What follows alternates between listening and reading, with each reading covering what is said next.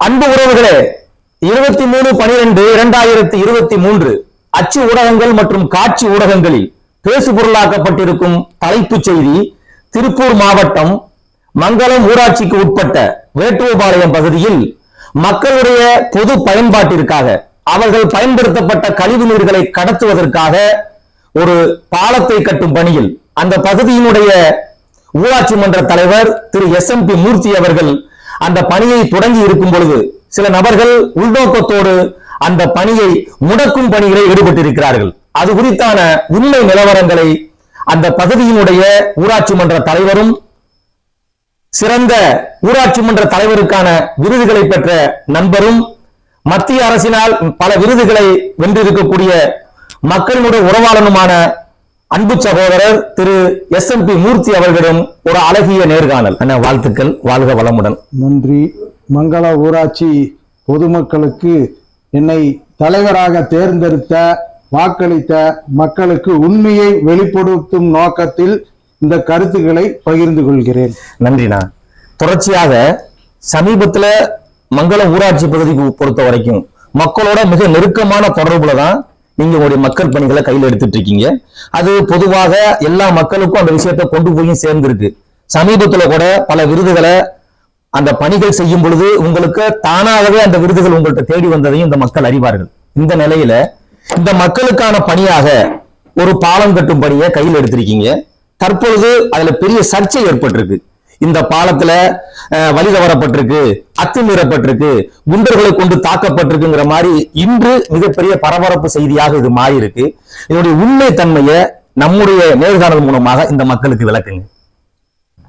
அந்த road Vettupalayam to Nehru நகர் வழியாக ஓமலூர் பஞ்சாயத்து எல்லையம் அடையும் ரோடு நபார்டு நிதியிலிருந்து 73 லட்சம் ரூபாய் நிதி ஒதுக்கப்பட்டு 3 தரைப்பாலங்கள் கிட்டத்தட்ட 1.5 கிலோமீட்டர் ரோடு சாங்ஷன் ஆகி கிட்டத்தட்ட ஒரு 10 தினங்களுக்கு முன் நம்ம அது செய்தித்துறை அமைச்சர் வந்து பூஜை போட்டு துவக்கி வைத்தார்.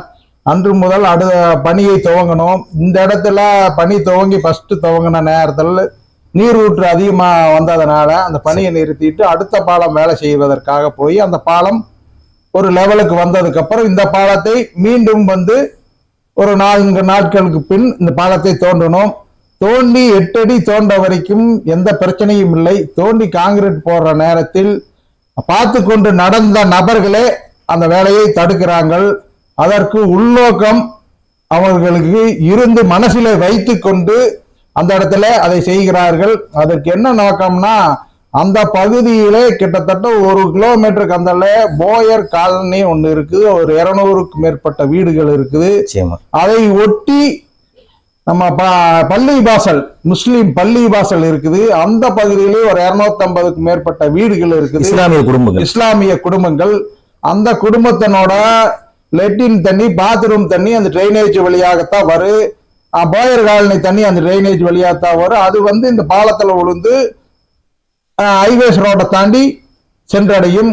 அதையே இது தடுக்கணும் நோக்கத்தில் சமூக விரோத கும்பல், சாதி மத வெறிபிடித்த கும்பல், அந்த கும்பல் இவங்களோட கழிவு நீர் மேல் நாங்கள் நடந்து கொள்ள போக வேண்டும் என்று நோக்கத்திலே மனசுக்குள்ள வைத்து அந்த பகுதியை சேர்ந்த இந்து அமைப்புகள் ஒன்று சேர்ந்து நம்மை மக்களிடமிருந்து வெல்ல முடியாத என்ற எண்ணத்தில், என்ற மேல களங்கம் கற்பிக்கும் நோக்கத்தில், என்ற வெற்றியை வருங்கால 1 ஆண்டுகளில் உள்ளாட்சி எலெக்ஷன் வருகிறது, அப்ப வென்றெடுக்க முடியாது என்ற காரணத்தினால என்ற பெயரை கெடுக்கும் நோக்கத்தில் இதை ஒரு திசை திருப்பி கிட்டத்தட்ட மறியல் என்ற நோக்கத்தில் மக்கள்கிட்ட ஒரு கண் துடைப்பு நாடகத்தை நடத்தியுள்ளார்கள்.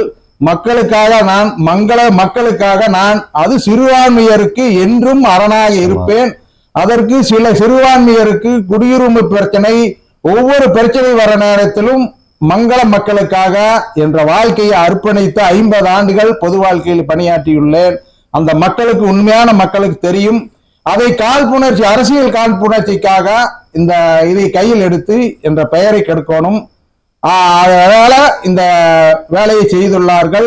மக்கள் என்னை பற்றி உண்மையை உணர்ந்து கொள்வார்கள்.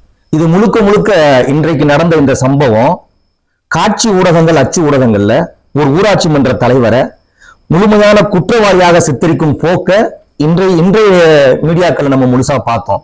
இந்த மீடியாக்களுக்கும் இதை பார்த்து இது உண்மை செய்தியாக இருக்குமோ என்று நம்பி இருக்கக்கூடிய அந்த மக்களுக்கு நீங்கள் வேண்டுகோளாக வைக்க வேண்டிய விஷயம் என்ன?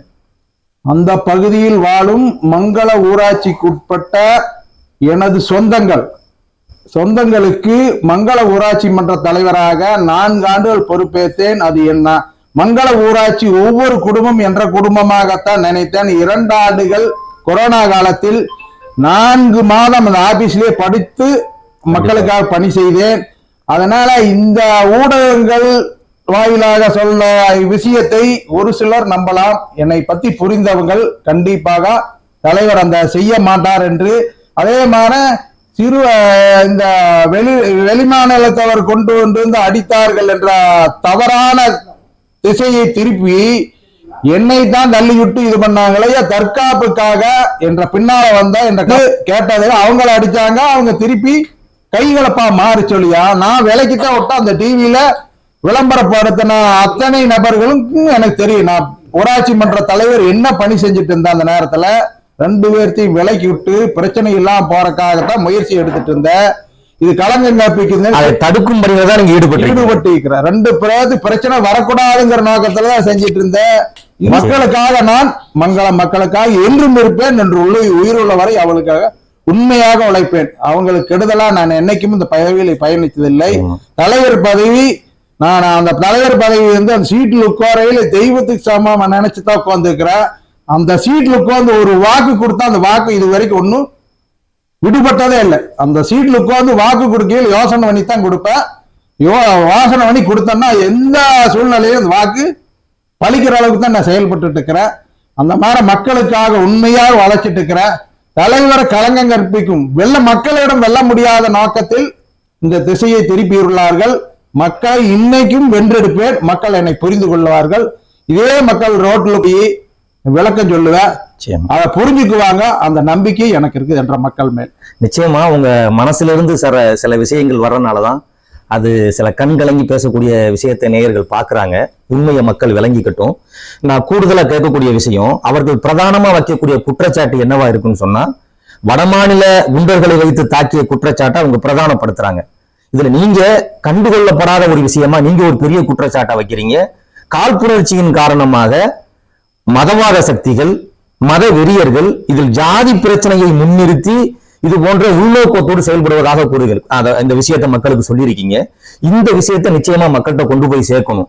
அந்த மத வெறியர்களுக்கும் ஜாதி வெறியர்களுக்கும் இந்த பொது பிரச்சனையை மக்களுக்கு போய் சேர வேண்டிய விஷயத்தை மதத்தின் மூலம் தடுக்கும் அந்த கயவர்களுக்கு நீங்க சொல்ல வேண்டிய விஷயம் என்ன? பகுதியில் வாழும் பொதுமக்கள் அதை இந்த பாலத்தை தடுக்கணும் நோக்கத்தில் செஞ்சவங்களுக்கு ஒரு வேண்டுகோளா வைக்கிறேன், கண்டிச்சு செய்யறேன். அதற்கு இன்னைக்கு மறியல் பண்ணாங்க. இன்னைக்கு முதல்வரோட சிறப்பான திட்டம் அந்த பகுதியில சுல்தான்பேட்டையில் நடந்தது. கிட்டத்தட்ட 4.5 கிலோமீட்டர் ஒரு பொதுமக்கள் நடந்து போய் அது பயனடைய, இது பெரிய ஒரு வரப்பிரசாதம். முதல்வர் மக்கள் திட்டத்தை நான் இன்னைக்கு சுல்தான்பேட்டை அம்மன் மண்டபத்துல தயாரிச்சு அது இன்னைக்கு 1000 நபர்கள், ஒரு 1500 நபர்கள் செய்யணும்னு நேற்று முதல் கொண்டு மத்தியானத்துல இருந்து நைட்டு வரைக்கும் வேலை பார்த்துட்டு வந்தேன். அதை முடக்கணும்னு நோக்கத்துல சில புல்லுருவியல் மக்களை தடுத்து சாலை மறியல் என்ற இரண்டு காரணம், ஜாதி வெறியை கொண்டும் இதை தடுத்து மக்கள் பயனடையாம தடுக்கணுங்க. நாம அதிக மேயர் செஞ்சுட்டுனா மக்கள் மத்தியத்தில் செல்வாக்கு அதிகமாயிரும்னு தடுக்கணும் நோக்கத்துல மறியல் என்ற பெயர்ல மக்களை சீரழிச்சு சின்னாவண்ணப்படுத்தி 4 கிலோமீட்டருக்கு நடக்க வச்சு வயசானவர்கள் நடந்து போனாங்க என்ற கண்ணுல ரத்த கண்ணீரை வந்தது. உன்ற வீட்டுல ஒரு தாய் தகப்பு நடந்து போனா நீ எவ்வளவு கஷ்டப்படுவ, மறியல் பண்றவ சிந்திச்சிருக்கோன்னு இந்த நேரத்தில் பண்ணிருக்க. முறையா போய் ஒரு அதிகாரிகிட்டும் கூட அந்த பாலா பிரச்சனையை கொண்டு போகல.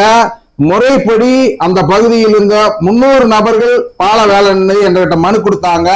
19ஆம் தேதி மனு கொடுக்கறாங்க. நான் 21ஆம் தேதி ஊராட்சி மன்ற தலைவர் லெட்டர் பேட்ல டைப் பண்ணி பிடிஓவுக்கு மனுவா கொடுக்கிறேன். பால வேலை நின்று போச்சு, இது செயல்படுத்துங்க. அவங்க பிரச்சனை சொல்றாங்க, வந்து பேசுங்கன்னு சொல்றேன். அடுத்த நாள் காலையில் இன்ஜினியர் வர்றாங்க. இன்ஜினியர் வந்து 9:30 மணிக்கு வேலையை ஆரம்பிக்கிறாங்க. நான் 10 மணிக்கு போறேன். இதெல்லாம் நடந்த நிகழ்வுல இது எல்லாமே சட்ட முறைப்படி தான் நடந்திருக்கு. சட்ட முறைப்படி எல்லாம் நடந்திருக்கு. டெண்டரை வச்சது நான் முறைப்படி உரிய அதிகாரிகளுக்கு தகவல் தெரியப்படுத்தி அவங்கதான் வர்றாங்க பேசுறதுக்கு. அதே ஆனா அவங்க பொறுத்தளவுக்கு இது வரைக்கும் யாருக்கிட்டும் எந்த குடும்பம்னு கொடுக்கல. வேலை செய்யறாங்க 10-20 பேரு தண்ணி வாங்கி சாராயத்தை குடித்து போட்டு அங்க வந்து தடுக்கணும், நிறுத்துறாங்க, அச்சுறுத்துறாங்க. அப்ப இந்த பணி தலைவர் செய்யற தனி மனிதனா நான் போய் எப்படி பொதுமக்களுக்கு சேவை செய்ய முடியும்? மிரட்டி அச்சுறு கொலை மிரட்டல் இருக்கையில நான் எப்படி தனி மனிதனா போய் செய்யறது? மக்களை நீ புரிந்து கொள்ளுங்கள். அத்தனை பேர் வரையில நான் ஒரு பஞ்சாயத்து தலைவர் தனியா எப்படி போக முடியும்? நான் எந்நேரம் 25 பேர் கூட்டிட்டு போக முடியாது. நைட் 2 மணிக்கு கூப்பிட்டாலும் நான் வண்டி எடுத்துட்டு போறேன் மக்களுக்காக பணி செய்ய. அப்ப எனக்கு என்ன பாதுகாப்பு? இந்த மங்கள மக்கள் கையிலேயே விடுறேன், அவங்க முடிவு பண்ணிட்டு. அன்பான மங்களா வாக்காள பெருமக்களுக்கு பொதுமக்களுக்கு என்னை ஊராட்சி மன்ற தலைவராக தேர்ந்தெடுத்து தமிழ்நாட்டிலேயே அதிக வாக்கு வித்தியாசத்தில் என்னை வென்றெடுக்க வாய்ப்பளித்த மக்களுக்கு ஒரு அன்பான வேண்டுகோள். மங்கள ஊராட்சி மன்ற தலைவர் உங்களுக்காக பணியாற்றுவதற்காக என்ற வாழ்க்கையை அர்ப்பணித்திருக்கிற இன்று வரை 4 ஆண்டுகள் அதே பணி செய்து கொண்டு இருக்கிறேன். என்னை அச்சுறுத்தும், என்னை களங்கப்படுத்தும் நபர்களை நீ இனம் பார்த்து தலைவர் என்ன செய்யறாருன்னு கண்டுபிடிச்சு மக்கள் நீங்களே அதுக்கு ஒரு விடிவு சொல்ல. மக்களுக்காக ஒரு அன்பு வேண்டுகோள். என்றைக்கும் உங்களோடு பயணிப்பேன். உங்களுக்காக SMP மூர்த்தி. எல்லாளவும் அதுல குறைபாடு இருக்காது. நைட்டு 2 மணி கூப்பிட்டால் SMP மூர்த்தி அந்த இடத்துல நிற்ப. மக்கள் பிரச்சனைக்காக குரல் கொடுக்க என்ற வாழ்க்கையை அர்ப்பணித்துள்ளேன். உங்களுக்காக உண்மையாக செயல்படுவேன். இது வாக்குறுதியாக நீங்க எடுத்து நம்பலாம். என்னை கலங்கப்படுத்தும் நோக்கத்தில் சிலர் சொல்றாங்க, அதை நம்ப வேண்டாம். இது வேண்டுகோளாக சொல்றேன். என்னோடு நேர பழகினவங்க அத்தனை பேர் புரிஞ்சிருப்பாங்க. பழகாதவங்க என்ற கூட பழகி பாருங்க, புரிஞ்சுக்கலாம். அவர்களே, தொடர்ச்சியாக இது குறித்தான ஆய்வுகள், இது குறித்தான கருத்துக்கள், இரு தரப்பினருக்கும் இடையான உண்மையான விடயங்கள் குறித்து நாம் அரசினோம். இதில் நியாயம் எப்பக்கம் இருக்கிறது, எந்த பக்கம் உண்மை இருக்கிறது என்பதை நீங்கள் திறனாய்வாளர்களாக சிந்தியுங்கள், சிந்தித்து தீர்ப்பளியுங்கள் என்று கூறி விடைபெறுகிறோம். நன்றி. சேனலை ஷேர் பண்ணுங்க, லைக் பண்ணுங்க, சப்ஸ்கிரைப் பண்ணுங்க. ஃபைனலா அந்த மணி அடிக்கிறத மட்டும் மறந்துடாதீங்க.